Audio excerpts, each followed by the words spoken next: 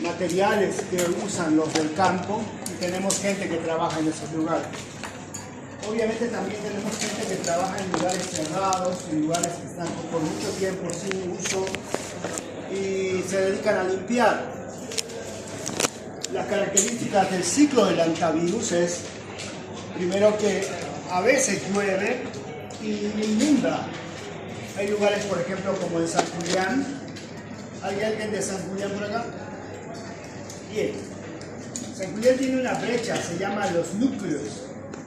Llegas hasta el núcleo 53 y a partir de ahí empiezan las lluvias y todo eso es inundado. San Julián es netamente agricultura. Entonces cuando hay esas lluvias empiezan a crecer, pues los ratones empiezan a ir a buscar un lugar donde estar. Y también buscan alimento, ¿no? Y si lo consiguen en esos lugares, pues se quedan ahí. Una vez que hay aumento de población de ratones, porque se reproducen muy fácilmente, hay la transmisión de los roedores hacia el ser humano a través de las heces, la orina y la saliva. No está comprobado, no hay casos donde la transmisión entre hombre y hombre, persona a persona, sea algo real. No está evidenciado, pero sí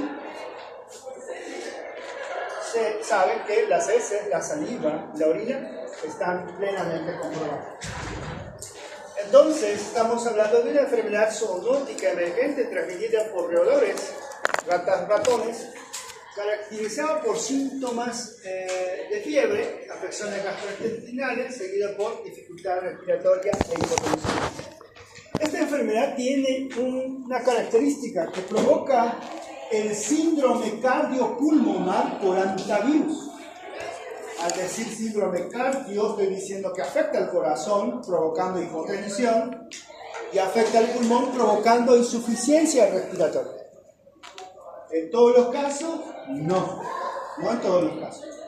Pero sí, cuando encuentra el síndrome pulmonar, hay un compromiso respiratorio y hay compromiso cardíaco. El agente causal pertenece al género antivirus de la familia Bunyaviridae y su nombre proviene del río Hamtan de Sur Corea, donde originalmente se lo descubrió. En 1926, recién en Estados Unidos, Nueva York, se conocen los primeros casos de antivirus. Pero ya en 1978 se sabía de este problema grave. Y uno dirá, ¿por qué es grave si casi no sabemos de estos casos? Es que la mortalidad de estos casos puede llegar al 60%. ¿Qué quiere decir? Que el que lo tiene 60% de posibilidad de morir. Y que la edad media no es ni la edad adulta ni la edad de niños, como en el caso del sarampión. Casi todos son niños. Hoy iba a dar la clase de sarampión, pero no la acabé. Esto tengo ya de tiempo. Pero la próxima semana voy a hablar de sarampión. ¿Por qué? Porque no hay muchos datos. Nadie escribe en Bolivia en sarampión. Hay de Brasil, hay de Argentina, pero en Bolivia nadie escribe. A ver si alguien consigue un caso clínico de sarampión actual y lo puede documentar para ver qué características tiene. Entonces, el asunto es que si alguien adquiere antivirus, tiene 60% de mortalidad. No todos, va desde el 20 hasta el 60%. Pero eso puede ser. Algunas noticias que hubieron en junio del 2023, 2 muertes por antivirus en Bolivia, se confirmaron en el norte de La Paz. Ustedes saben, el norte de La Paz es los Yungas, la mayor parte de La Paz es clima cálido por la parte norte, ¿no? En Palos Blancos, en San Buenaventura, ¿no? Y corresponden a mujeres, y una de ellos tenía 18 años y otra 26. Pacientes jóvenes, ¿no? Que murieron. En mayo de 2023, caso de antivirus en Cochabamba, notificaron casos de en Cochabamba, se trata de una mujer de 26 años en Villa Tunari, ¿no? La paciente se encuentra estable, y durante el fin de semana se confirmó en el centro de enfermedades Cenitrol, ¿no? En 2022, el hantavirus se confirma en Santa Cruz 3 casos, en la provincia de Ichilo, Guarnes y Guarayos. Andrés Ibáñez, núcleo de Chávez. Los pacientes confirmados tienen 27, 43, 45 años de edad, ¿no? Esto fue aquí en Santa Cruz. Y en 2019 ya en Tarija hubieron 5 muertos por hantavirus, donde se registró la mayor cantidad de casos en Bolivia, en Tarija, ¿no? En mayo, se notificó en mayo un nuevo caso de hantavirus, varón del municipio de Pacaya, se encuentra en el Hospital Regional San Juan de Dios, ¿no? Y estos casos que estuvieron en Bolivia llegó al 50% de mortalidad. ¿Qué quiere decir eso? Si hubieron 10 casos, 5 murieron. Pero 5 murieron y la característica principal es que estos eran jóvenes y no tenían comorbilidad. Porque ¿qué joven tiene comorbilidad? Les apuesto de aquí, uno debe tener comorbilidad. Me va a decir, sí, doctor, yo tengo una enfermedad de base de nacimiento. Pero las comorbilidades empiezan a mi edad, a partir de los 40. Por eso yo ya no voy a comer pollo frito. Al menos 13 países de las Américas tienen áreas endémicas. Cada año, 300 casos. Desde 1993, cuando el virus fue reconocido, hasta el 2016, se han registrado 6.300 casos.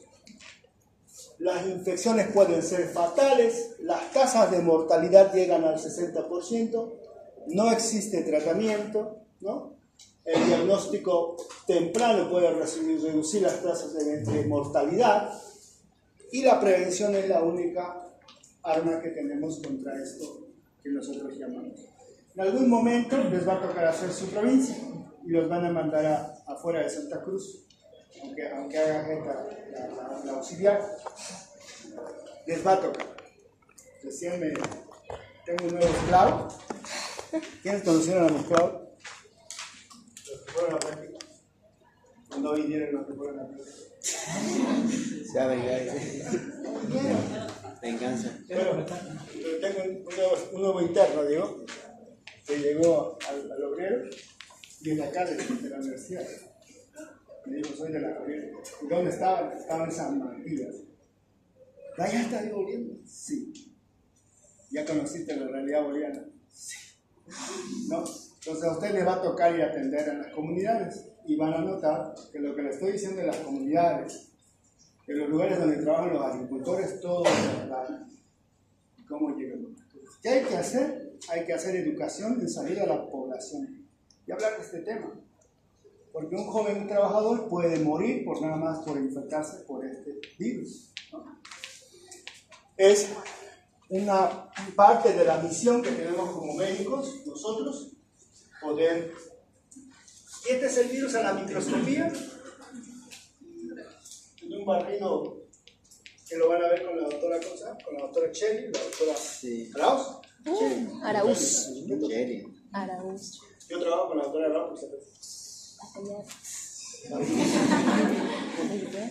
La familia Buñaviridae constituye uno de los grupos virales taxonómicos más diversos, ¿ya? Y su relación está en este grupo de acá. Buñaviridavirus, hantavirus, nairovirus, ¿no? Y nosotros estamos acá. Este es el que tenemos en Bolivia.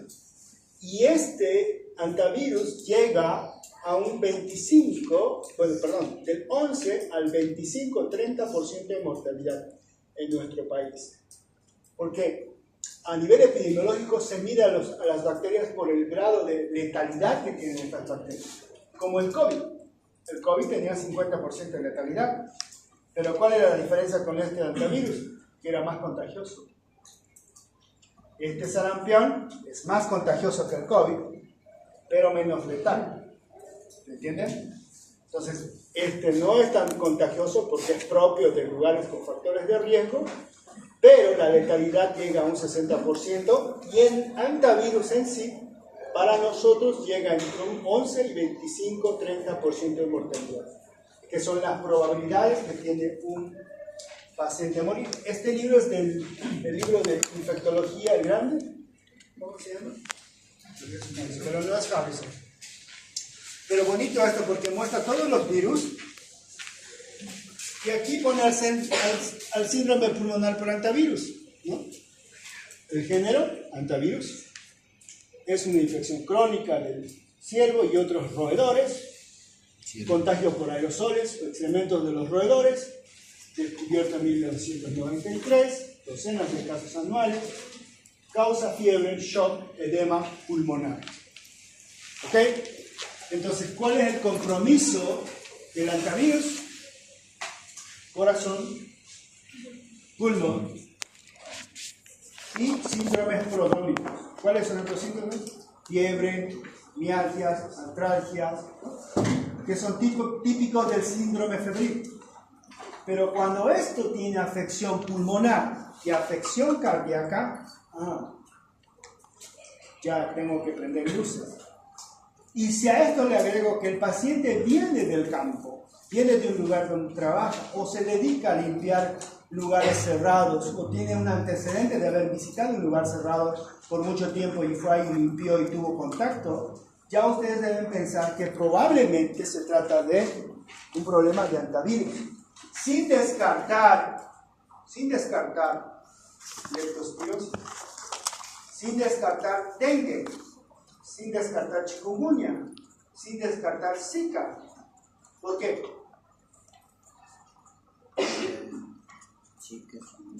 Porque son enfermedades. Son propensas. El dengue también provoca insuficiencia respiratoria, ¿verdad? Mialgia, artralgias, compromisos. Inflamación. Bueno, con la mialgia. Porque cuando le decía, el dengue tiene falla de órganos. ¿Qué órganos? ¿Y qué? ¿Qué produce? Sí, pulmón. Hepático. Unos pusieron derrame pleural, ¿es cierto? Sí. Otros pusieron falla hepática. ¿Qué produce? Ictericia, ¿no? Una alteración. Insuficiencia hepática aguda, ¿no? Entonces, en este paciente con hantavirus hay una falla cardiológica y hay una falla pulmonar. En la falla pulmonar hay edema pulmonar y en la falla cardíaca hay hipotensión. El mecanismo de cómo el virus llega a afectar al miocito no está descrito, pero sí dice que tiene afinidad por la red vascular, sí tiene afinidad por aumentar la permeabilidad vascular, pero los mecanismos no son los mismos como en la inflamación. En la inflamación hay un desplegamiento de citocinas que aumentan la permeabilidad vascular y se provoca el edema, la salida de líquido al tercer espacio, pero en el hantavirus no se conoce cómo exactamente provoca hipotensión, afección cardíaca, el virus en sí. Sí están presentes otros factores de inflamación que los conocemos como el complemento, pero no está descrito en sí cómo el virus afecta al corazón y cómo ese virus provoca lesiones casi iguales a las lesiones del COVID, que se llaman lesiones en vidrio despulido, que son las lesiones características del COVID. Entonces aquí tenemos los virus de las Américas y tenemos acá a Bolivia y menciona con una mortalidad del 12 al 15%, pero por el síndrome cardiopulmonar por hantavirus y fiebre, ¿no? Es lo que menciona Paraguay, Argentina, Bolivia y Perú. Este estudio es un estudio que salió en 2023, ¿no? Y menciona que la mortalidad o la tasa de letalidad país es del 12 al 15%. ¿Qué pienso que pasa? Pienso que Bolivia no notifica. Sí. ¿No? Hay la enfermera del hospital. Ay, tengo que tiquear. Me da flojera. No lo notifica, no hay el caso. Si muere y el médico no sabe de qué murió porque el médico no investigó, entonces le pone neumonía grave. Sí, gracias. Pero no sabe qué neumonía es. Si es por virus, si es por parásitos, por hongos, si es COVID, si es influenza. No sabe. murió de síndrome febril. Y hoy está prohibido en los certificados de óbito poner síndrome cardiopulmonar, síndrome postparada cardiovascular, porque no nos ayuda en nada. Tenemos que saber de qué murió. Y omitimos poner antivirus porque a nadie se le ocurrió mandar un PCR a Cenetrop. O como les enseñé una vez, mandar el perfil de enfermedades tropicales al CEDES. ¿Cuáles componen estos? Antivirus, obvio. Dengue. ¿Qué más? Zika, chikungunya. ¿Qué más? Leptospirosis.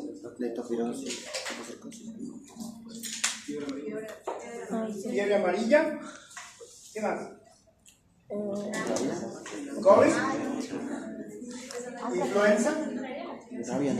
Antrax, ¿no? Si el paciente tiene ictericia, hepatitis A, B y C, ¿no? Entonces mandan enfermedades tropicales y van tiqueando. Así ustedes lo manden y no tiquen, Cenetrop igual le va a hacer todas. Si este médico no tiqueó esta, pero igual hagámosle por esa. Porque van a contar una historia en la hoja de notificación de dónde es, cómo llegó, cuándo llegó, van a contar la historia y lo van a leer y le van a pedir. Factores de riesgo.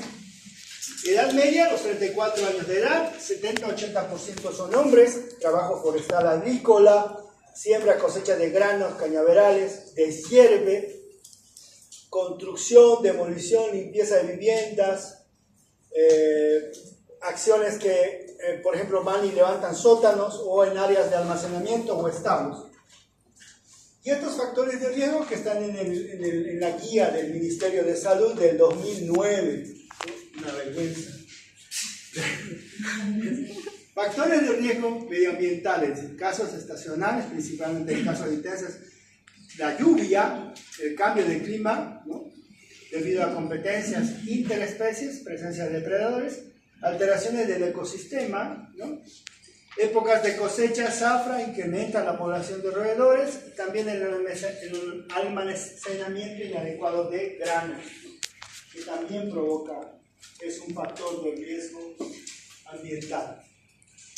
Entonces, los roedores son los principales hospedadores naturales de hantavirus, tanto como del síndrome cardiopulmonar y del síndrome que provoca lesión renal. El síndrome pulmonar por hantavirus provoca lesión pulmonar y provoca afección cardíaca. Pero este síndrome de afección renal, este de acá, yo no lo conozco hasta hoy, pero está descrito en los libros. Que igual el manual de hantavirus no lo menciona, pero en el Harrison sí lo menciona, ¿no? Y en el libro de Michels también lo menciona, ¿no? Yo no lo he visto como unos 10 casos de hantavirus en el hospital y los 10 han hecho síndrome pulmonar, cardiopulmonar por hantavirus. Los roedores excretan los hantavirus en la saliva, orina y heces, y los humanos se infectan al inhalar los virus secretados o en raras ocasiones por mordedura de roedores casi no es posible. No sé si a mí me hubiera dado eso. ¿Les cuento la anécdota o no? Sí, story time. Yo hice mi internado en San Juan de Dios porque dijeron, ¡ay, se aprende más! Yo fui esclavo de San Juan de Dios. Doña Dorita ya me decía, ya no quiero ni verla usted, pero mi paciente se va a morir, necesita medicamento. Porque vas con tu cajita después de la visita, al primer interno que llega le dan más medicamentos. Yo corría a la Bozán con doña Dorita para que me dé medicamentos para mis pacientes. Y si no consiguen medicamentos, los residentes, los jefes, se inventan. Y un albúmino de 300, ¿no? Entonces yo corría pero no quería poner el bigote. Pero cuando los internos no tienen cuarto, por esa época no tenían cuarto, dormían donde podían, en las escaleras, ponían colchones en las escaleras, donde caía el sol. Y yo decía, yo me voy a abrigar. Ya vi un depósito de colchones. Y agarré un día y vi que todos ya se fueron a dormir, ya eran las 2 de la mañana, y lo agarré y me fui a dormir a ese depósito. Y era así los colchones hasta arriba ya. No sé cómo me subí. Y me eché en los colchones ahí, sentía el polvo, sí. Pero era más mi sueño, mi cansancio. Que me dormí. Pero no sé qué pasaba. Sentía así.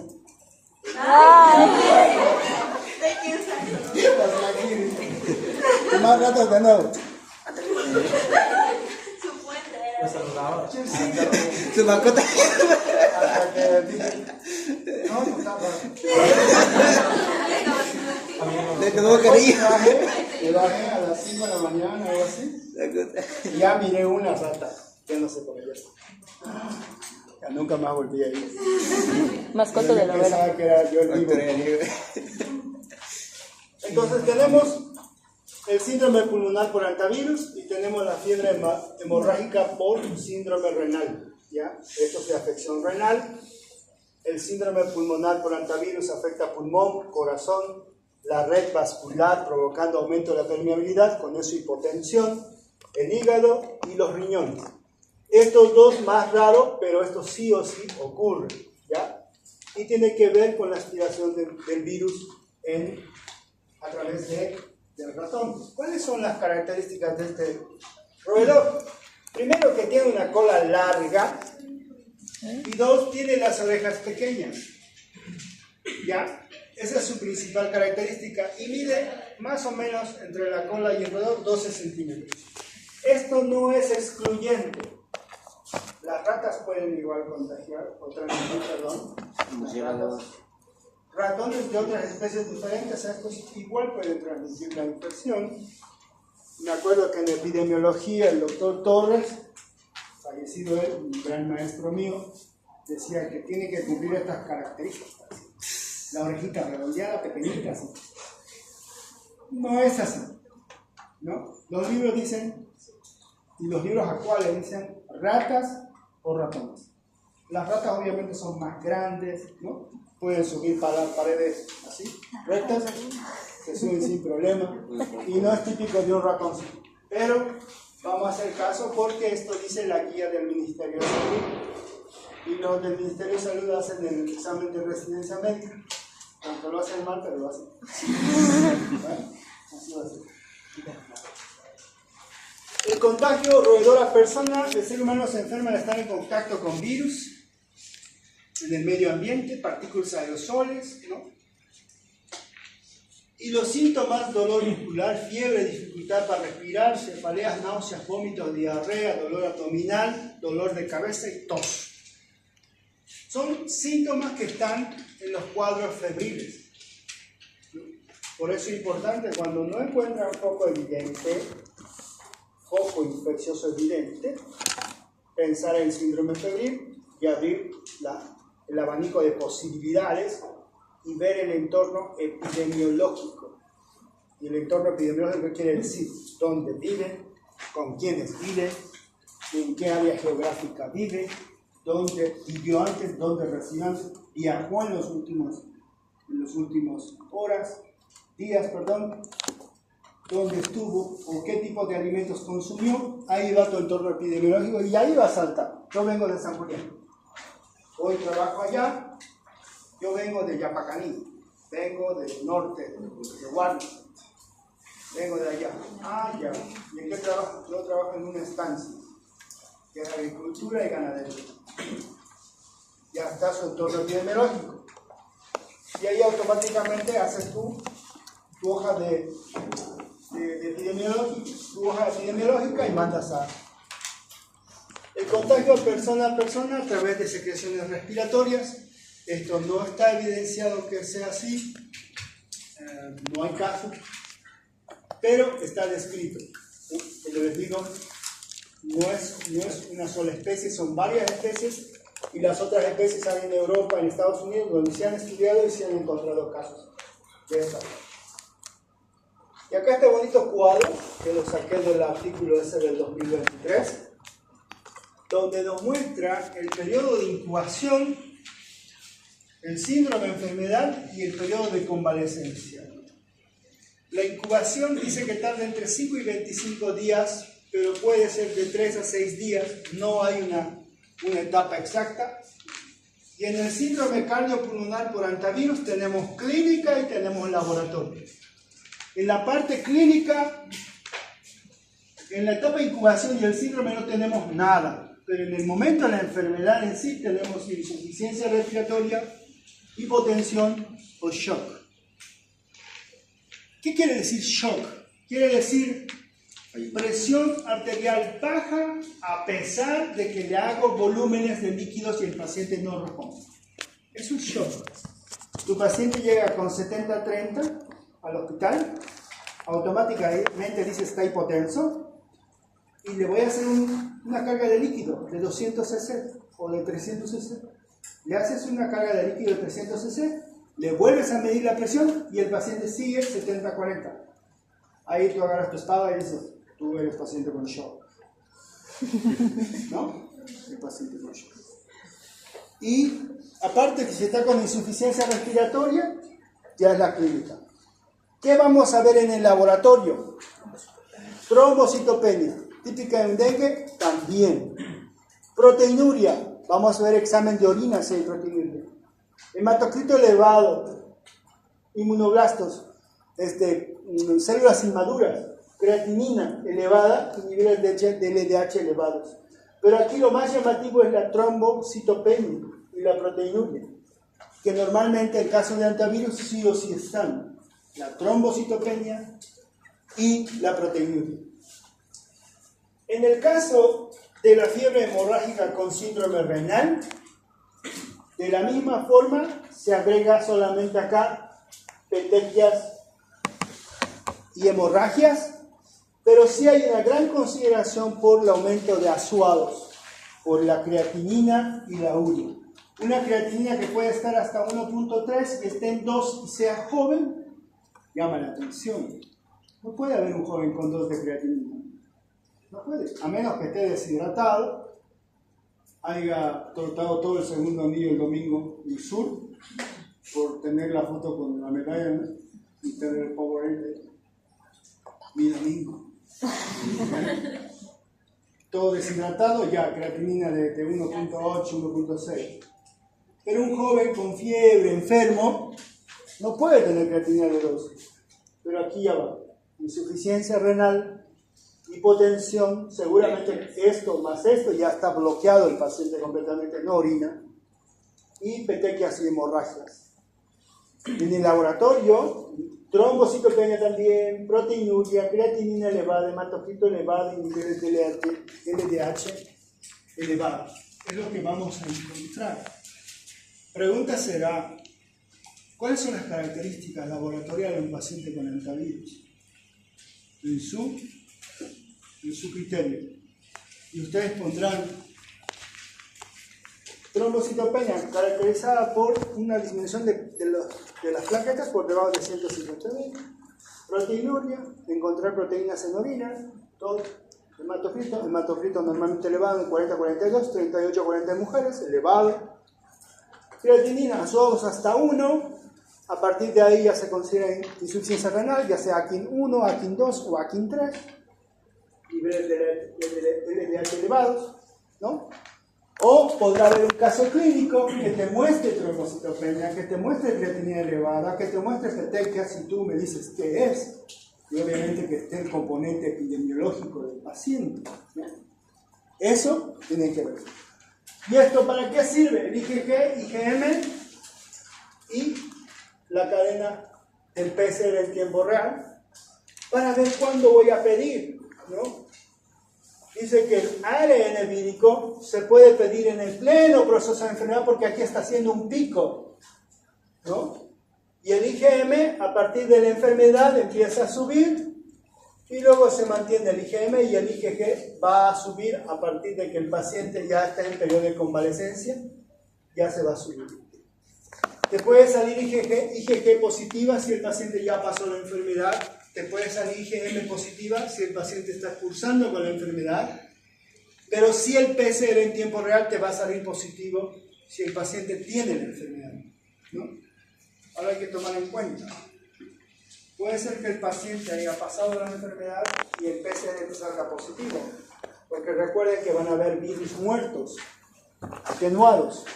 Y que el PCR igual lo va a captar, igual va a tener, el virus lo va a detectar, a pesar que estén muertos los virus. Entonces, ¡ay, tiene antivirus! No, ya lo pasó ya. Solo que tarde el PCR. Ya los virus vinieron. ¿No? Me acuerdo en época de pandemia, cuando estábamos locos todos, habían pacientes que salían bien así, y tenía un poquito de resfrío y PCR positivo para COVID. Hay que aislarla, la tenía 5 días aislada. 5 días no podía moverse de su casa. Lina ahí encerrada porque nada más porque salió positivo. Pasó la enfermedad. Virus muertos. El PCR captó. Pero la ignorancia de nuestros epidemiólogos, no voy a decir nombre, decía, no, hay que encerrarlo, contacto cero con ese paciente. Y en esa época los discriminaban a los positivos. En el barrio decían, no, se tiene COVID, está encerrada. Uno con otro parece con COVID. ¿No? Normalmente ocurren en áreas rurales, bosques, campos, granjas, donde pueden encontrar roedores que albergan el virus, y el virus adquiere por inhalación de excrementos, orina, heces y saliva. La posibilidad de exposición a los antivirus es mayor cuando las personas trabajan, juegan o viven en lugares cerrados donde hay una infestación activa de roedores, o sea, la gente en el campo.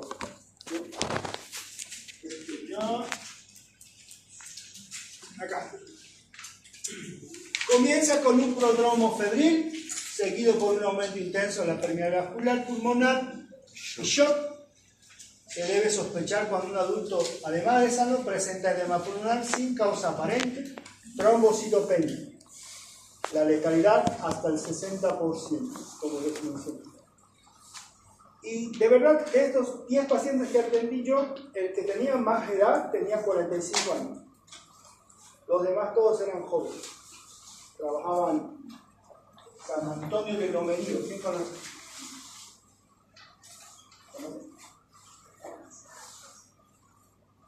Yo conozco todos. Humildemente. En caso de la fiebre hemorrágica con síndrome renal, fiebre, trombocitopenia, insuficiencia renal, tiene fase clínica febril tóxica, hipotensiva, ligúrica, poliúrica, y la tasa de letalidad en casos graves alrededor del 5%. No he visto ni un caso de esta clasificación. Entonces, lo que ustedes van a tener a mano es una radiografía.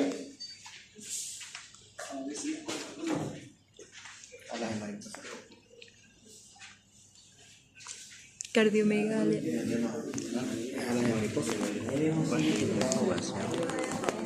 Pero una broncofonía.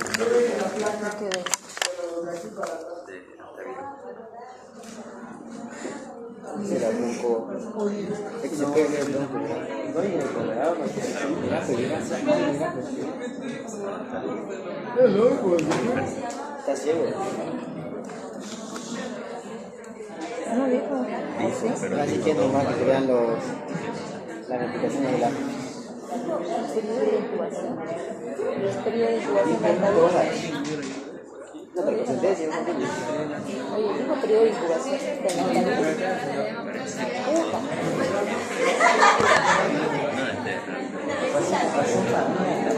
Capacidad. Chúpala. ¿Qué patrón?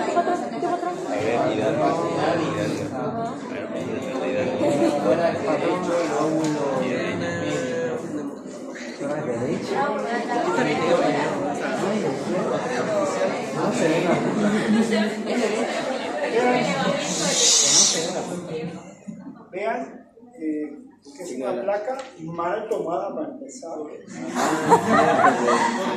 tiene que verse la columna vertebral. Ya no hay costilla. Primero la columna. Si se ve bien la columna, podemos valorar esta placa. Apenas se nota, no se nota. Pero yo veo bastante lesión pulmonar, punteado. Patrón. Y acá igual mismo. ¿Qué patrón? Este patrón se llama en vidrio despulido en radiografía. Es como si le hubieran pasado al vidrio una lija y le hubieran puesto así, todo puntito. Es bilateral en ambos lados, ¿no? Pero como les dije, la radiografía está cumpliendo su último ciclo, está a punto de morir, para muy pronto, porque nos hace cometer errores a todos. Alta medicación sin evidencia realmente de lo que puede ser, porque no es muy específico, es sensible. Sí.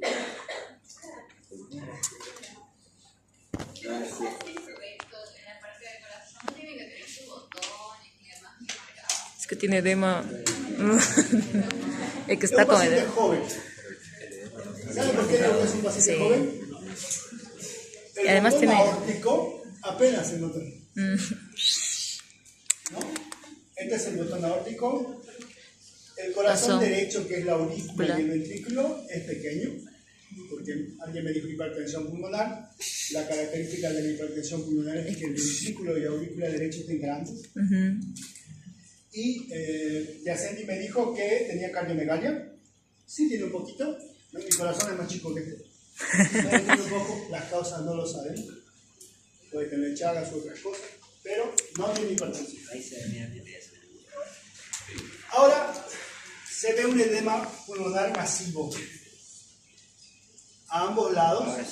Vean el miga de pan, ¿no? Como un vidrio de fluido completo bilateral. Esto sí o sí lo tienen que revisar.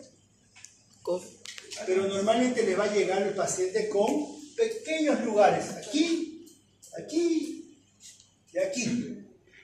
Ahí tienen que reconocer al paciente. Porque si lo van a ver así, yo lo voy a ver así. Porque el paciente, con esta placa, el paciente no puede respirar. Les juro que este paciente va a estar con la mascarilla aquí. Debe estar apenas. Vean, el vértice. Intersticial. ¿Quién me dijo qué tomografía es? Axial. Corte axial de la tomografía. De tórax. De abdomen. No, de tórax. Una tomografía de tórax sin contraste. Bien, ventana pulmonar.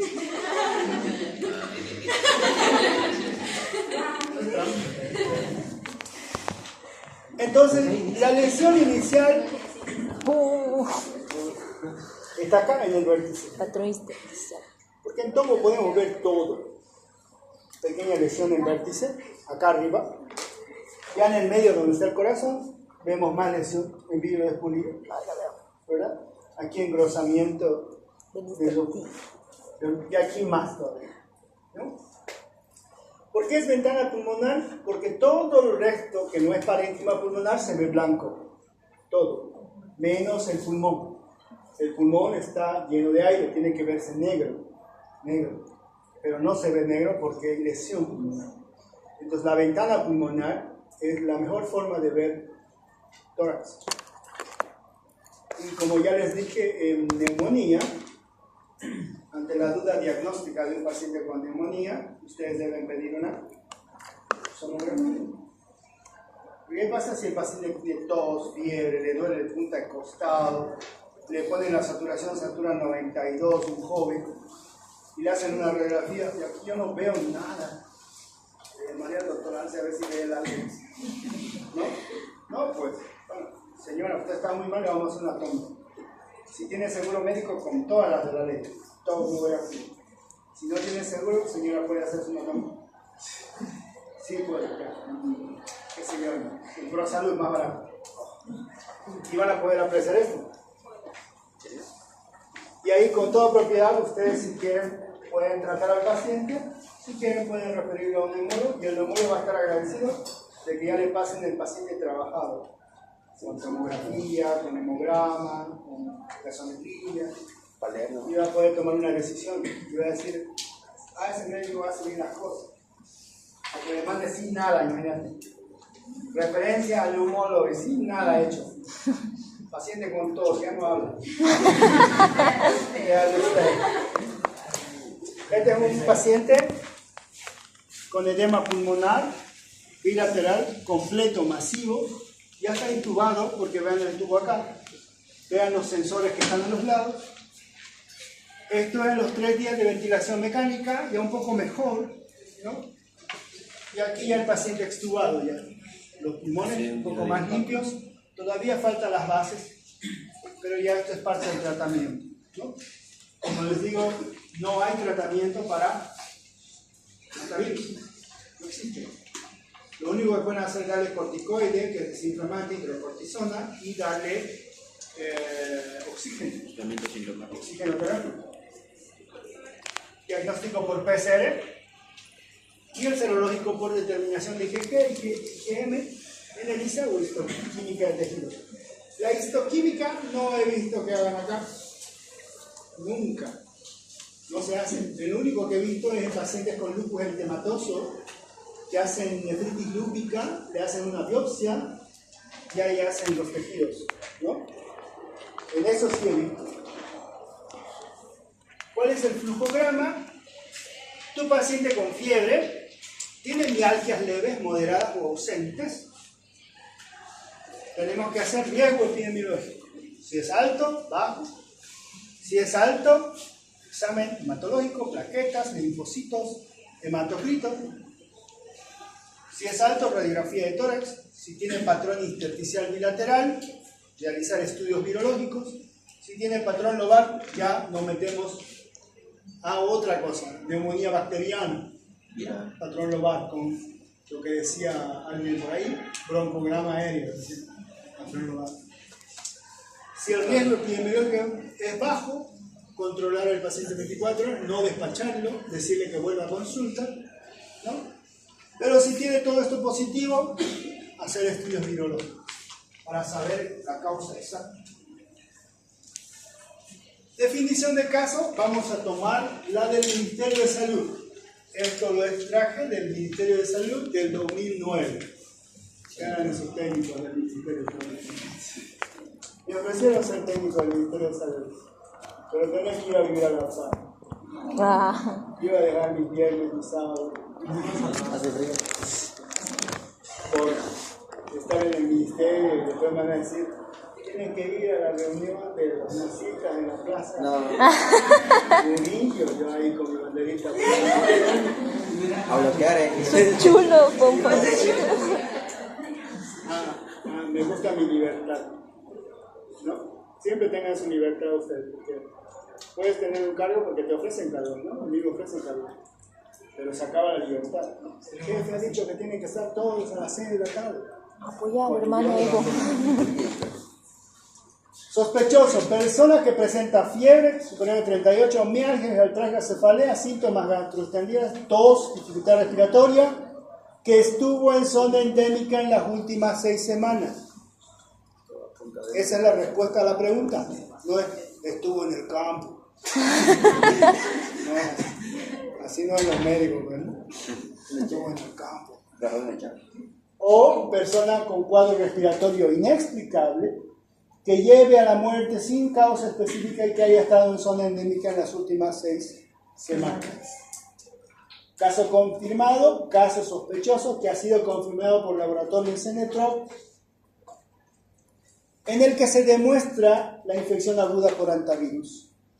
Expuestos o contactos, se considera que las personas que han compartido con el caso sospechoso confirmado la exposición ambiental o fuente de infección. Ahí también es importante hacerle un seguimiento a estos casos que son expuestos o que han tenido contacto, más que todo en tuberculosis, ¿no? ¿Cómo se llama eso cuando alguien estuvo cerca a un tuberculoso? Cómplice, ¿no?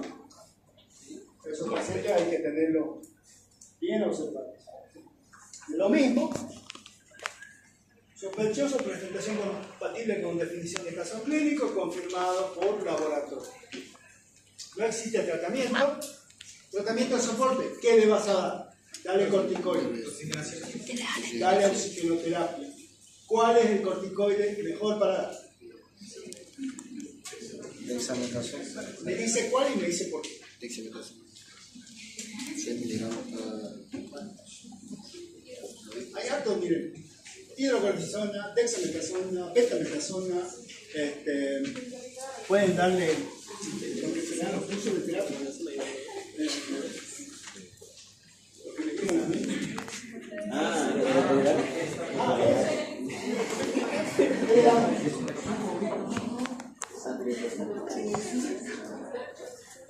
Su mamá de...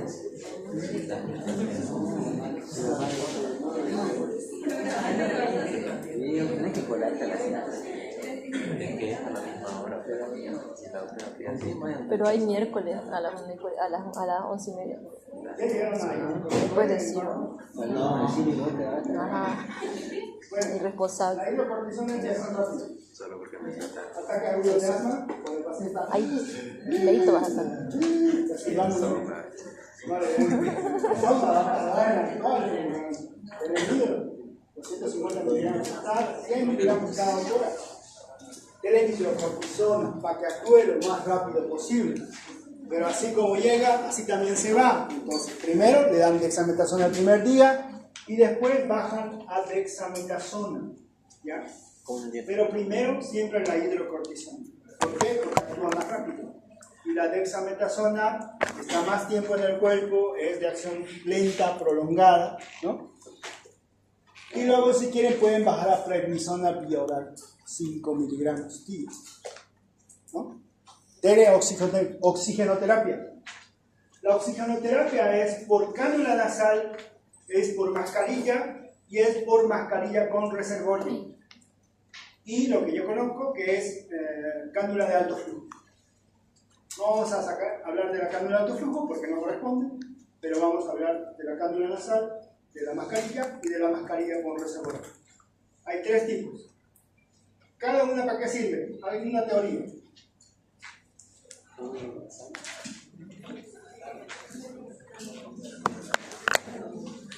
¿Alguna idea? ¿Alguien que es enfermera ya o enfermero? Ellas saben bien.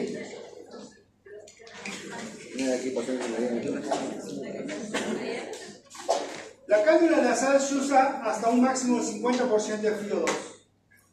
50% de FiO2 es igual a...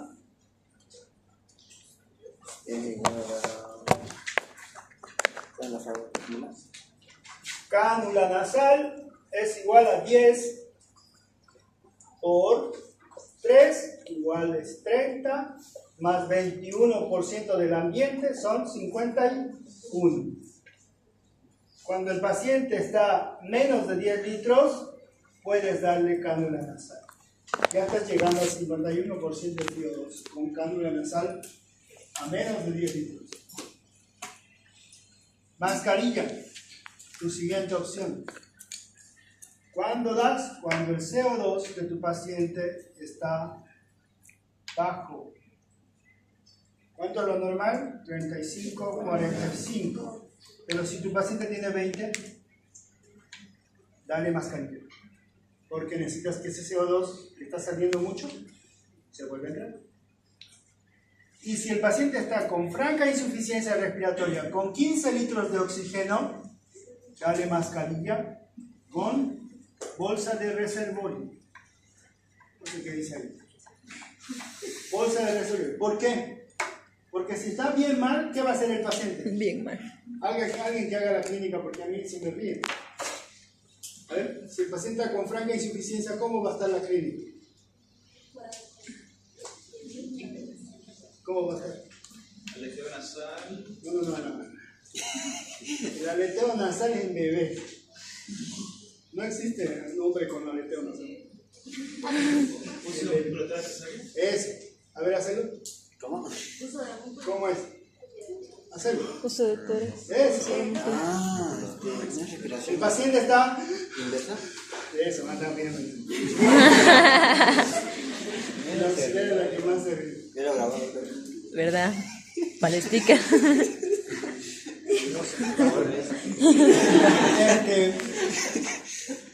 Eso se llama uso de músculo accesorio, se llama paradojismo abdominal diafragmático porque el diafragma está a full, se llama asincronía tóraco-abdominal porque el abdomen y el tórax están en asincronía con tal de meter aire.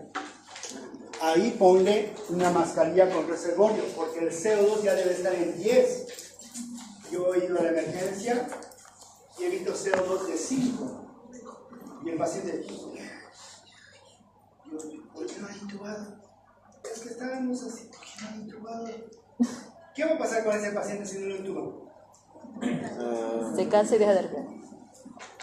El único músculo que no se cansa es ¿cuál?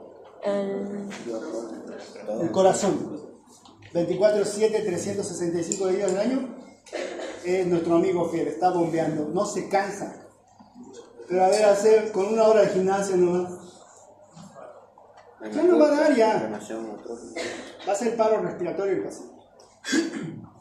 Hacen paro respiratorio. ¿Por qué? Porque el diafragma se va a estresar, los músculos intercostales se van a estresar y ya no va a dar, tanto que el paciente va a hacer esto.